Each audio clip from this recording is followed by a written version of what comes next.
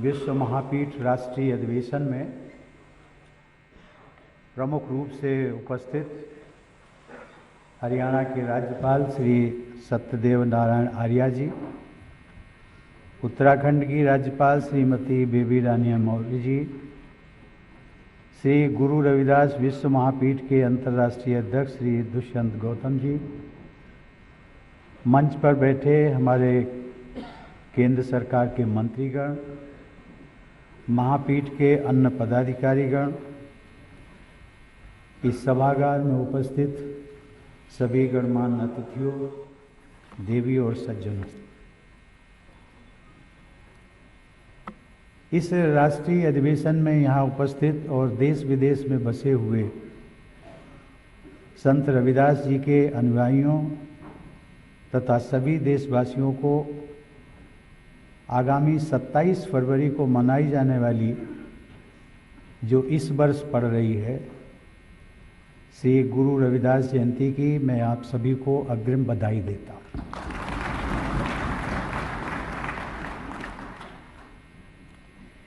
इस अधिवेशन के आयोजन के लिए श्री गुरु रविदास विश्व महापीठ के पदाधिकारियों और कार्यकर्ताओं को मैं साधुवाद देता हूँ कि उन्होंने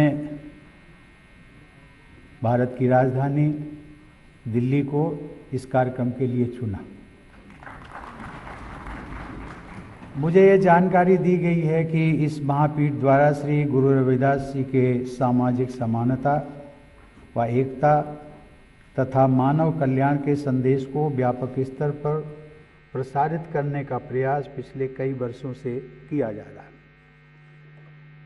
श्री गुरु रविदास जैसे महान संतों का आगमन सदियों में कभी कभी होता है। उन्होंने केवल अपने समकालीन समाज का ही नहीं बल्कि भावी समाज के कल्याण का मार्ग भी प्रशस्त किया था।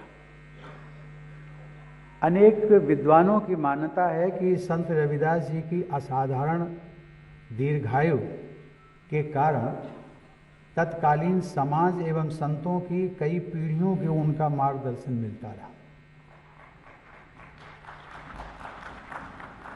अर्थात हम ये कह सकते हैं कि उनकी उम्र की जो सीमा थी वो सीमित नहीं थी। उन्होंने कई पीढ़ियों को अपना मार्गदर्शन दिया। मैं जब गुरु रविदास जी के जीवन दर्शन, सामाजिक सांस्कृतिक मूल्यों और उनकी प्रासंगिकता पर विचार करता हूँ तो मुझे ये देखकर प्रसन्नता होती है कि सामाजिक न्याय, स्वतंत्रता, समता तथा बंधुता के हमारे जो संवैधानिक मूल्य हैं उनके आदर्श भी श्री गुरु रविदास जी के उपदेशों से तालमेल खाते हैं। हमारे संविधान द्वारा सुनिश्चित समता का अधिकार, अवसर की समानता, अस्पृश्यता का अंत, अभिव्यक्ति की स्वतंत्रता जैसे मूल अधिकार भी संत रविदास के आदर्श समाज की ओर देशवासियों को आगे ले जा रहे हैं। इसी प्रकार आधुनिक भारत की शासन व्यवस्था की दिशा बताने वाले हमारे संविधान में उल्लिखित अनेक नीति निर्देशक तत्व, जिन्हें हम डायरेक्टिव प्रिंसिपल्स ऑफ स्टेट कहते हैं, उनके बारे में भी गुरु रविदास द्वारा सुझाए गए मार्ग का अनुसरण किया गया है। समान न्याय और निःशुल्क कानूनी सहायता, काम करने की मानवोचित व्यवस्था, श्रमिकों के लिए निर्वाह व मजदूरी, अनुसूचित जातियों, जनजातियों और अन्य दुर्बल वर्गों की शिक्षा व आर्थिक हितों से संबंधित नीति निर्देशक तत्वों में भी श्री गुरु रविदास जी द्वारा प्रसारित आदर्श परिलक्षित होते हैं। हमारे संविधान के प्रमुख शिल्पी बाबा साहब डॉक्टर भीमराव अंबेडकर ने भी संत रविदास की संत वाणी में व्यक्त अनेक आदर्शों को संवैधानिक स्वरूप प्रदान किया। इस प्रकार यदि हम देखें तो संत शिरोमणि रविदास व डॉक्टर आम्बेडकर जैसे संतों व महापुरुषों को पाकर आज पूरा देश गौरवान्वित हो रहा है। हम सब जानते हैं कि संत रविदास जी की सबसे प्रमुख शिक्षा ये थी कि हर कोई अच्छा और नेक इंसान बने तथा परिश्रम व ईमानदारी के साथ जीविकोपार्जन करे। अच्छा इंसान वो होता है जो संवेदनशील होता है, जो समाज की मानवोचित मर्यादाओं का सम्मान करता है, जो कायदे कानून और संविधान का पालन करता है। संत रविदास भी यही चाहते थे कि समाज में समता रहे तथा सभी लोगों की मूलभूत आवश्यकताएं पूरी हों। सबके हृदय को छूने वाले शब्दों में उन्होंने कहा था, जिसका कि हमारे पूर्व वक्ताओं ने भी उल्लेख किया है, ऐसा चाहूँ राज में जहाँ मिले सबन को अन्न, छोट बड़ो सब सम बसै, रविदास रहे प्रसन्न।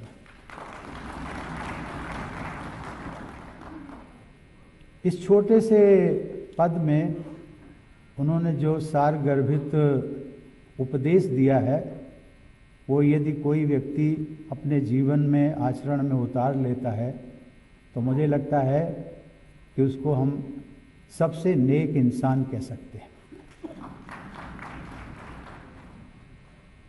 इस पद के माध्यम से उनका अभिप्राय यही था कि सबका पेट भरा हो, कोई भूखा ना हो, जहाँ पूरी तरह से समानता हो और जहाँ सभी सुखी हो।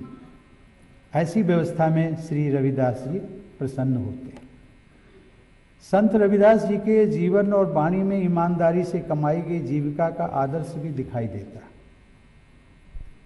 अध्यात्म और भक्ति के मार्ग पर चलते हुए भी संत रविदास ने श्रम पर बहुत बल दिया था।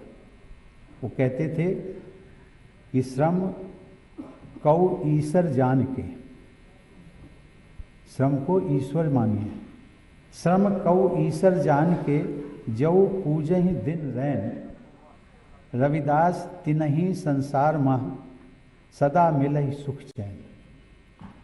यानी श्रम को ही ईश्वर जानकर जो लोग दिन रात श्रम की पूजा करते हैं, उन्हें संसार के सभी सुख चैन प्राप्त होते हैं। देवी और सज्जनों, उस समय के अनेक राज परिवार संत रविदास जी के श्रद्धालु थे। परम सिद्ध की अवस्था प्राप्त कर चुके संत शिरोमणि रविदास समाज के सभी वर्गों से अगाध श्रद्धा और सम्मान मिलते रहने के बावजूद निरंतर कर्म करते रहे, कर्मरत रहे। अपनी आजीविका का साधन जो उन्होंने अपनाया था, उसको ताउम्र उसको पूरा करते रहे। ऐसा कहा जा सकता है कि श्रम साधना उनकी अध्यात्म साधना का सर्वाधिक महत्वपूर्ण हिस्सा थी, उसकी आधारशिला थी। देवी और सज्जनों, संत रविदास की महिमा को अनेक तत्कालीन संतों व महाकवियों ने अपने अपने शब्दों में व्यक्त किया है। कबीर साहब कहते हैं कि संतन में रविदास संत है, संतन में रविदास संत है, अर्थात गुरु रविदास संतों में भी श्रेष्ठ संत है। संतों की प्राचीन परंपरा का उल्लेख करते हुए कबीर साहब उन्हें ध्रुव और प्रहलाद जैसे सर्वश्रेष्ठ भक्तों की श्रेणी में स्थापित करते हैं। गुरु नानक और संत रविदास के सत्संग के अनेक विवरण पाए जाते हैं। श्री गुरु ग्रंथ साहिब में संत रविदास के लगभग 40 पद संकलित हैं। संत रविदास जी को अपना गुरु मानते हुए मीराबाई कहती थी कि मीरा ने गोविंद मिलिया जी, गुरु मिलिया रविदास। ऐसी मान्यता है कि चित्तौड़ में रविदास जी की छतरी तथा रविदास जी के चरण चिन्ह का निर्माण मीराबाई के द्वारा कराया गया था। श्रद्धालु जनों के लिए वे तीर्थ स्थान हैं। संत रविदास के जीवन से जुड़ी अनेक कथाएं लोक परंपरा का हिस्सा बन चुकी हैं और उनसे लोगों में प्रेरणा का संचार होता है। हिंदी के सर्वश्रेष्ठ कवियों में से एक सूर्यकांत त्रिपाठी निराला ने संत रविदास के सम्मान में जो कविता लिखी, उसमें वो संत गुरु रविदास जी के चरण छूकर उन्हें नमस्कार करते हैं। निराला जी की कविता के कुछ अंश इस प्रकार हैं। ज्ञान के आकार मुनीश्वर थे परम, ज्ञान के आकार मुनीश्वर थे परम, धर्म के ध्वज हुए उनमें अन्यतम, कर्म के अभ्यास में अविरत रहे, चरण छूकर कर रहा मैं नमस्कार। महाकवि निराला ने संत शिरोमणि रविदास जी के प्रति पूरे समाज का आदर भाव अपनी कविता में व्यक्त कर दिया। देवी और सज्जनों, गुरु रविदास के अनुयायी आज भारत ही नहीं बल्कि विदेशों में भी बहुत बड़ी संख्या में मौजूद हैं। हमारे देश के अनेक राज्यों में अलग अलग नामों से अपनी पहचान बताने वाले संत रविदास के श्रद्धालुओं ने देश विदेश में मंदिरों, गुरुद्वारों, छतरियों और अन्य सुविधाओं का निर्माण किया। मेरा मानना है कि जो मानव मात्र की समानता और एकता में विश्वास रखता है और जो सभी प्राणियों के प्रति करुणा और सेवा का भाव रखता है, ऐसा प्रत्येक व्यक्ति गुरु रविदास का अनुयायी होता है। मानवता का कल्याण इसी में है कि हम सभी लोग संत शिरोमणि रविदास जी के बताए मार्ग पर चलते हुए अपने व्यक्तिगत और सामाजिक जीवन को आगे बढ़ाएं। संत शिरोमणि रविदास जी जैसे महान संत सबके होते हैं, समान रूप से होते हैं, आपके हैं, हमारे हैं और पूरी मानवता के भी हैं। उनका जन्म भले ही किसी विशेष समुदाय, संप्रदाय या क्षेत्र में हुआ हो, लेकिन संत ऐसी सभी सीमाओं से ऊपर उठ जाते हैं। संत की न कोई जाति होती है, न संप्रदाय होता है और न ही कोई क्षेत्र होता है। पूरी मानवता का कल्याण ही उनका कार्य क्षेत्र होता है।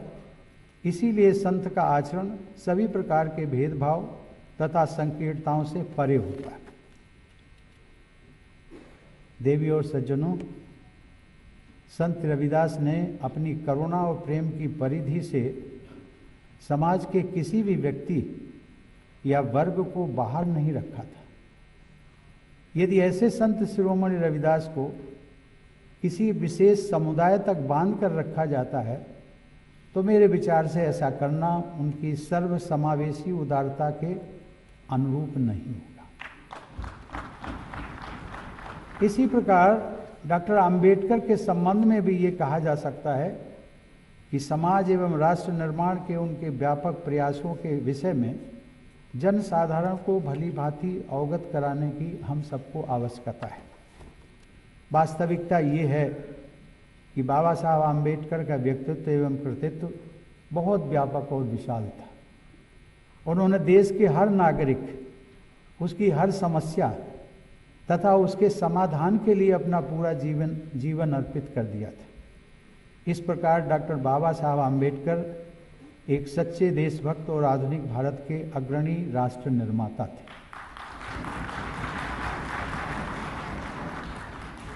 इसलिए सभी देशवासियों के लिए अपनी सोच और दृष्टिकोण में बदलाव लाना आवश्यक है। आज के इस महोत्सव जैसे आयोजनों में समाज के सभी वर्गों की सहभागिता सुनिश्चित करने के प्रयास भी होने चाहिए। इस दिशा में आप सबको पहल करनी चाहिए। यदि आप सभी समुदायों को शामिल करने का प्रयास करते रहेंगे तो वे लोग आज नहीं तो कल आपके साथ जरूर आ जाएंगे और आपका अनुसरण करेंगे। मैं समाज के सभी वर्गों के प्रमुख सदस्यों से यह अपेक्षा करता हूं कि ऐसे सामाजिक कार्यक्रमों में समाज के सभी वर्गों की सहभागिता सुनिश्चित करें। इससे देश में सामाजिक समता और समरसता को बढ़ाने में मदद मिलेगी और जब सभी वर्गों के लोग एकत्रित होंगे इस प्रकार के कार्यक्रमों में तो संत रविदास जी के उपदेशों का अधिक से अधिक हम प्रचार कर सकेंगे। इसी तरीके से जो हमारे अन्य महापुरुष और संत हुए हैं इस देश में, उनका भी एक व्यापक प्रचार और प्रसार, उसके लिए एक हम सबको मंच मिलेगा। इस महोत्सव में उपस्थित आप सभी लोग जानते हैं कि गुरु रविदास जी ने समता मूलक और भेदभाव मुक्त सुखमय समाज की कल्पना की थी और उसे वो बेगमपुरा का नाम दिया था। उन्होंने कहा था कि बेगमपुरा शहर को नाऊं, दुख अंदोह नहीं तिहि ठाऊं। उनकी कल्पना को यदि कभी हम विस्तार से चर्चा करें, मंथन करें, मुझे लगता है उसकी बहुत आवश्यकता है। बेगमपुरा उस शहर का नाम है जिसकी उन्होंने कल्पना की थी कि जहाँ किसी भी तरह के दुख या भय के लिए कोई स्थान नहीं है। लेकिन ये दो शब्द जो उन्होंने कहे थे बेगमपुरा के बारे में, भारत के पूर्व राष्ट्रपति ज्ञानी जैल सिंह ने संत रविदास के बेगमपुरा के वर्णन वाले पद को समाजवाद की प्रस्तावना कहा था। समता पर आधारित बेगमपुरा एक ऐसा शहर है जिसकी उन्होंने कल्पना की थी कि जहाँ किसी भी प्रकार का दुख या गम नहीं है। श्री गुरु रविदास की परिकल्पना में ऐसी कोई आदर्श नगरी में कोई खौफ, लाचारी या भाव नहीं होता है। वहाँ सर्वदा सबका भला होता है और सही विचारों पर आधारित कानून की हुकूमत चलती है। वहाँ सभी मनुष्य एक समान हैं। वहाँ श्रम की प्रधानता होने के कारण हमेशा समृद्धि बनी रहती है। ऐसे नगर की परिकल्पना का समर्थन करने वाले लोगों को ही श्री गुरु रविदास अपना सच्चा साथी मानते थे। वस्तुतः मुझे जो लगता है कि गुरु रविदास जी ने जो कल्पना की थी एक शहर की, वो वास्तव में उनकी कल्पना हमारे देश के बारे में थी। वो जो बेगमपुरा शहर की बात करते थे, वो चाहते थे कि हमारा देश, भारत देश ऐसा हो जिसमें कोई किसी प्रकार का किसी का गम ना हो। वो अपने देश भारत की परिकल्पना की अभिव्यक्ति कर रहे थे। वे समता और न्याय पर आधारित देश के निर्माण के लिए अपने समकालीन समाज को प्रेरित कर रहे थे। और यदि इसकी गहनतम व्याख्या करेंगे तो आप पाएंगे कि भारत का संविधान इसका सच्चा प्रतीक है। आज हम सभी देशवासियों का यह कर्तव्य है कि हम सब ऐसे ही समाज व राष्ट्र के निर्माण हेतु संकल्पबद्ध होकर कार्य करें और संत रविदास के सच्चे साथी कहलाने के योग्य बने। संत शिरोमणि रविदास जी की स्मृति को नमन करते हुए मैं इस अधिवेशन में पधारे आप सभी लोगों को पुनः बधाई देता हूं। धन्यवाद। जय हिंद।